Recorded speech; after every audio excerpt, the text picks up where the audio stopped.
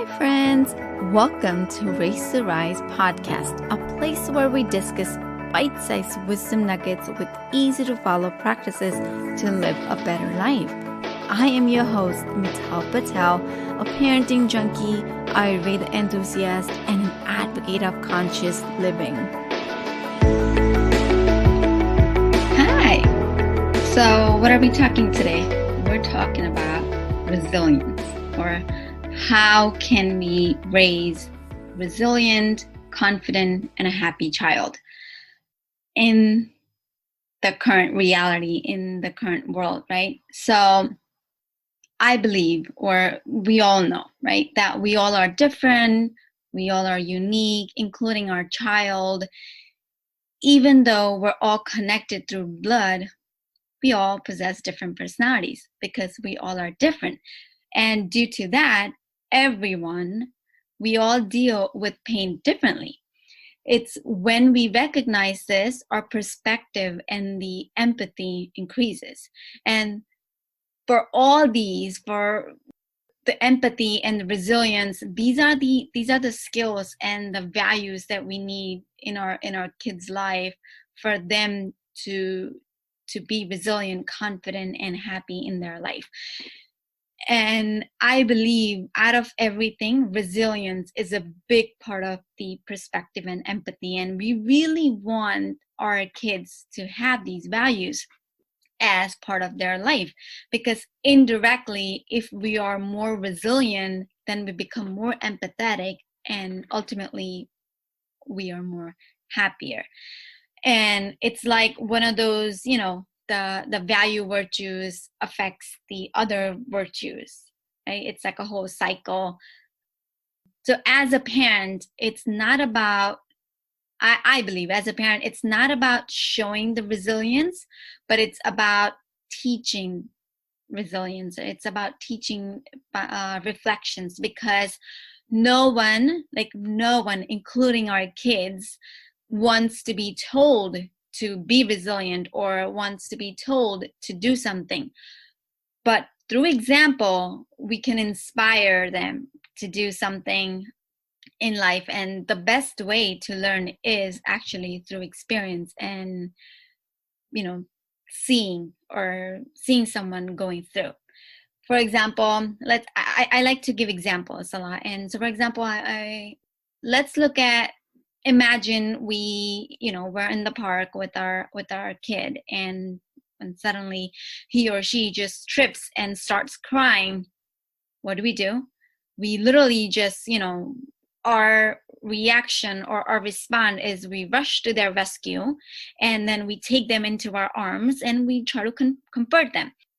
And then after a while, their sobbing stops, and they're back on their feet again, and they're playing again on their own with other kids. And so it seems like it's a normal thing for them, right?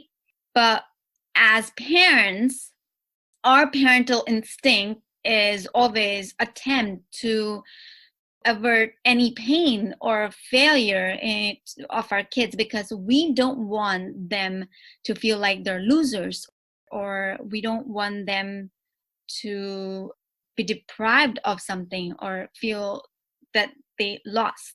And so we just fulfill their wishes. And this is, by the way, a traditional way of parenting. And so we're going to move out of this paradigm, and we're going to shift this a little towards conscious parenting and see what can we do in order to raise resilient, confident, and a happy child.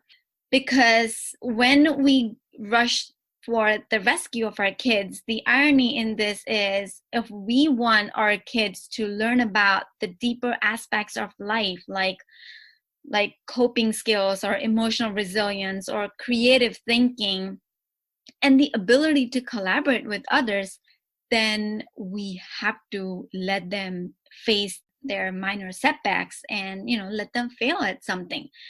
We have to let them make their share of mistakes, because if they don't make mistakes, then how are they going to learn? Mistakes are the best way to bounce back and start fresh. So let them do their share, let them learn from their mistakes. and I really want to emphasize that, from this previous example of the park, the kid in the park, that a kid getting hurt at the park, if the parent didn't just comfort the kid right away, then the kid, then the child will actually learn how to, get up and shake the dirt, go with the flow next time when this happens. And they will be more mindful, right? And this actually gives them the opportunity to realize and say, I got this. And it shows the presence of confidence in them, right? It's boosting their self-confidence and their resilient power. What is the best way to learn pain in reality is trying to make us pay attention. But what do we do normally? We try to distract ourselves, to avoid this. And in fact, we even do this for our kids. We try to distract our kids from their pain, and we're taking the opportunity for them to learn from the whole experience, from the pain, and we're stealing the opportunity from them to rise. And to be honest, I've done it too. So it's not something, because we were never taught what to do, right? We never had. Now in this information age, thank God we have all these options to learn. We have all these resources to do something different than what our parents did with us. And we're just realizing, and we're just, going with our new learnings now. It's because, and then we were also not aware if we ever did. Like, when I personally did it, I honestly wasn't aware. And so unconsciously, I did everything that a parent would normally do, like, comfort my child and try to save my child from the pain and all that fun stuff, and stealing that opportunity to grow and rise. And I've done that for a few years. I've been in parenthood, enjoying my parenthood journey for past 10 years. I have a 10-year-old son. But I've done this. I've made all these mistakes. So now, how about we learn from this and we choose to reflect instead and do something different?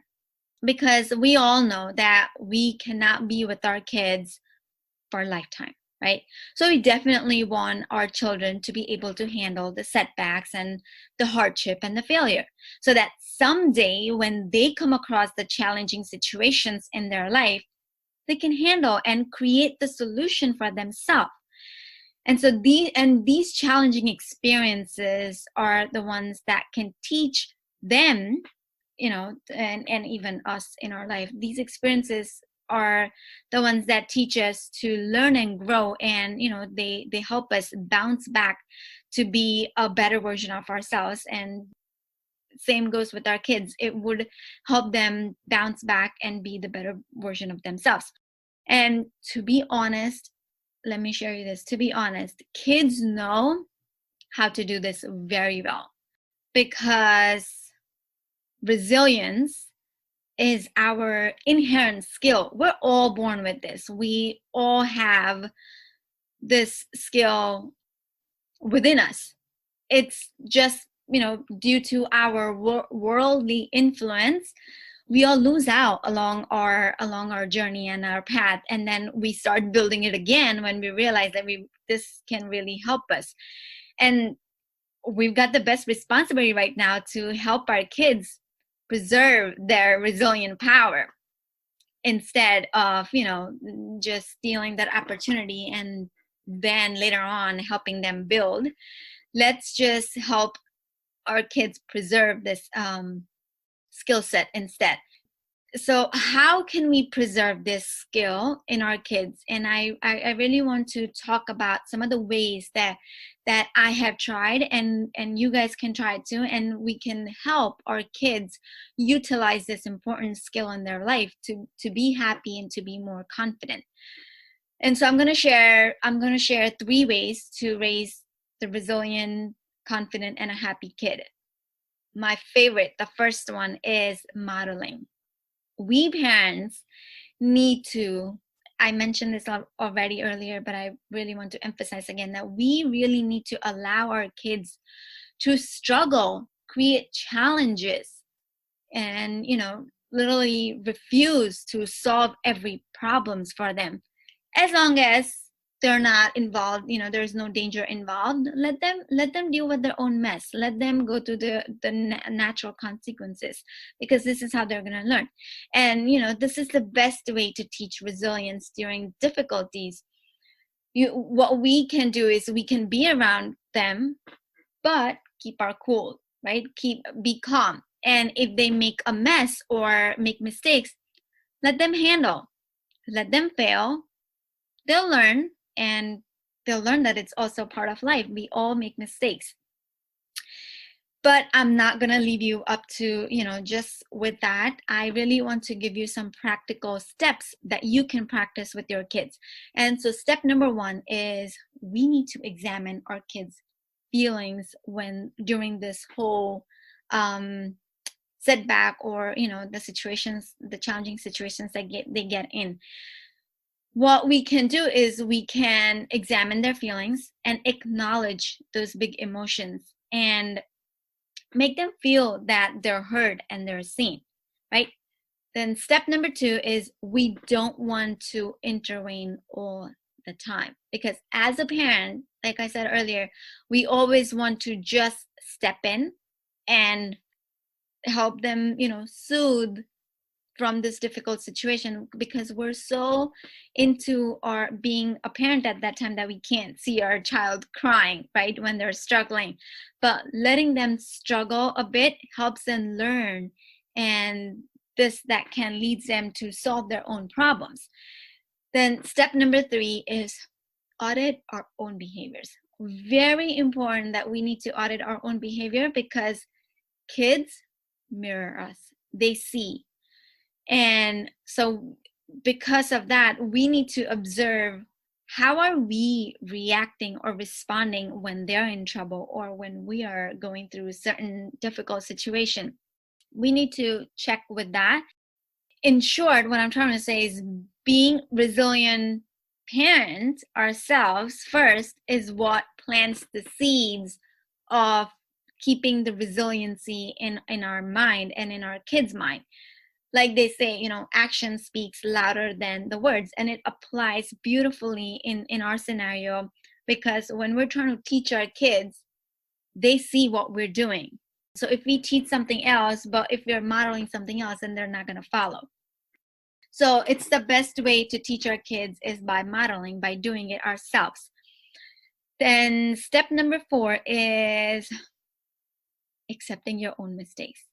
I know it's so hard to accepting our mistakes, but it's necessary. And I believe it's important for us parents to teach our kids that making mistakes is okay.